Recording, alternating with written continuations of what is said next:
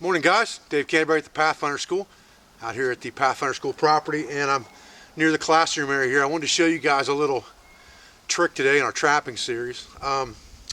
There are quite a few good books out on trapping, but I really enjoy the old historic writings of people like Horace Kephart and also people lesser known like Elmer Krebs. And Elmer Krebs was a professional trapper. This book is called The Science of Trapping, and it has now been republished by the Elemental Historic Preparedness Collection.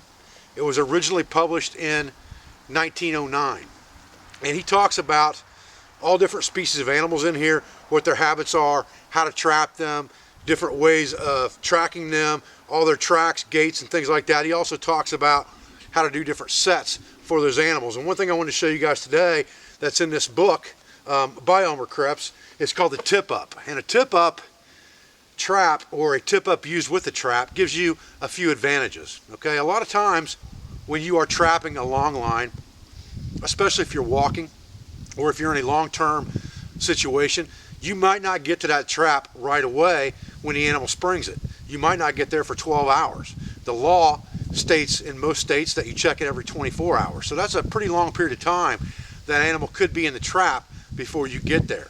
Some animals have a habit of what some people say chewing their foot off to get out of the trap, and that's really not what happens.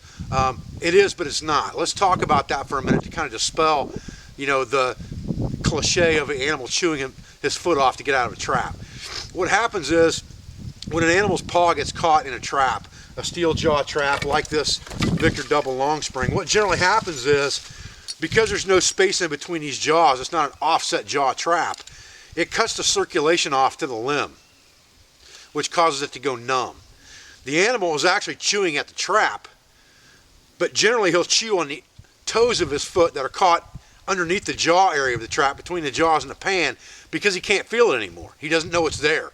He thinks he's chewing on the trap, and he's actually chewing on his foot. And that's generally what happens when you get to a trap and the animal's gone and there's nothing left in there but a foot. It's not because the animal chewed his leg off to get out of the trap. It's because he was chewing at the trap and chewed his toes off, and finally his leg gave way out of the trap and he escaped with one foot. Now, is that cruel? Yeah, in some ways it probably is, okay? But if you're planning on eating that meat and you're trapping for survival, there's a reason for it. But there's also ways to keep the animal from doing that, and a tip-up is one way to do that. And that's why I wanted to show you this today, because it's a very humane way to keep an animal in a trap, especially a smaller animal, and he's not going to be able to get to his foot to chew at it when he's trying to chew his way out of the trap. And that's called a tip-up.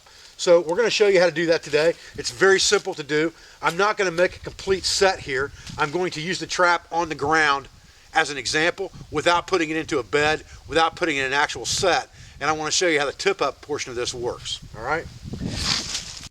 So the first element of this tip-up is a very long branch, okay? And this one's just been cut. It was one that we cut for a squirrel pole demonstration in another class. So I just reused it so I wouldn't have to cut down another tree. And it's put in the fork of another tree. So the precedence of this is real simple. We're going to take a large branch or a sapling tree, and we're going to put the heavier end of it into the fork, and we're going to slide it up in that fork to a point where, there's a couple knots right there. They're going to keep it from coming out of that fork so we don't have to tie it in. And it's going to be heavier on that end than it is on the front end, so that if it gets tripped, once we trigger it, it will tip up and lift the animal up in the air, and he'll be hanging upside down. He won't be able to chew on his foot or chew at the trap. And this works real good for snares and things like that as well. But we're going to use it as an example for a leg hold trap or a foothold trap. So stay with me here and we'll get it set up.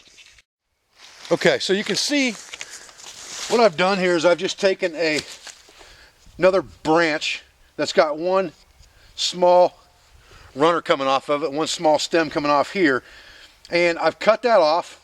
There's nothing interfering with it. Now, if this moves out from under here, it's going to tip, and that's exactly what we want it to do. So now we're going to attach our trap chain to this stick with a wire, or we could tie it, it wouldn't really matter. And then we're going to put our trap here, and I'll show you how that would work if an animal got caught in it in just a second here. but that is going to be the trigger of our tip-up device. And we could use this, like I said, for a snare or anything else, but we're going to use it for a foothold type trap because that's the way it was written up in Krebs's book. Okay guys, so the way this works is real simple. You know, you've got some backing here and your trap is bedded here.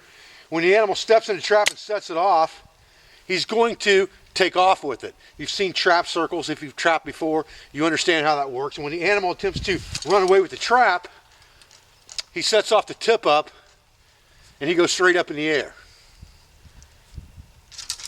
Just like that, okay? And I'll show you where that trap ended up. Is up there, okay? So your animal's going to be hanging up there upside down.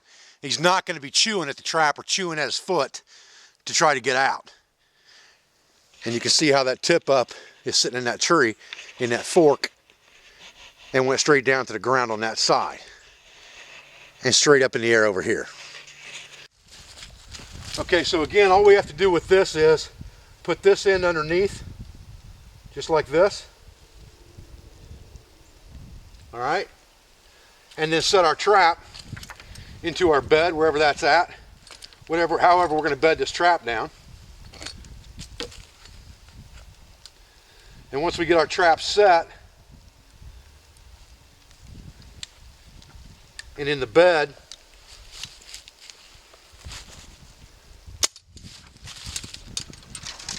and he gets tipped up, and that's what we're looking for. Okay guys, well I'm Dave Canterbury at the Pathfinder School. I appreciate you joining me for that short video on how to create a tip up for trapping. Again, this book is by Elmer Krebs and it is available on Amazon. It was only about $9, I think. It's called The Science of Trapping, Elemental Historic Preparedness Collection. Again, Elmer Krebs is the name of the author, and it was originally published in 1909. A lot of good information in here on trapping, tracking, accoutrements for trapping, how to make different things like lures from the animals that you catch. Very, very good book, and I recommend that you read it. We'll talk about other books in future videos. I appreciate your views. I appreciate your support. I thank you for everything you do for me, for my school, for my family, for my instructors, for all my Pathfinder affiliates. I'll be back with another video as soon as I can, guys. Thanks.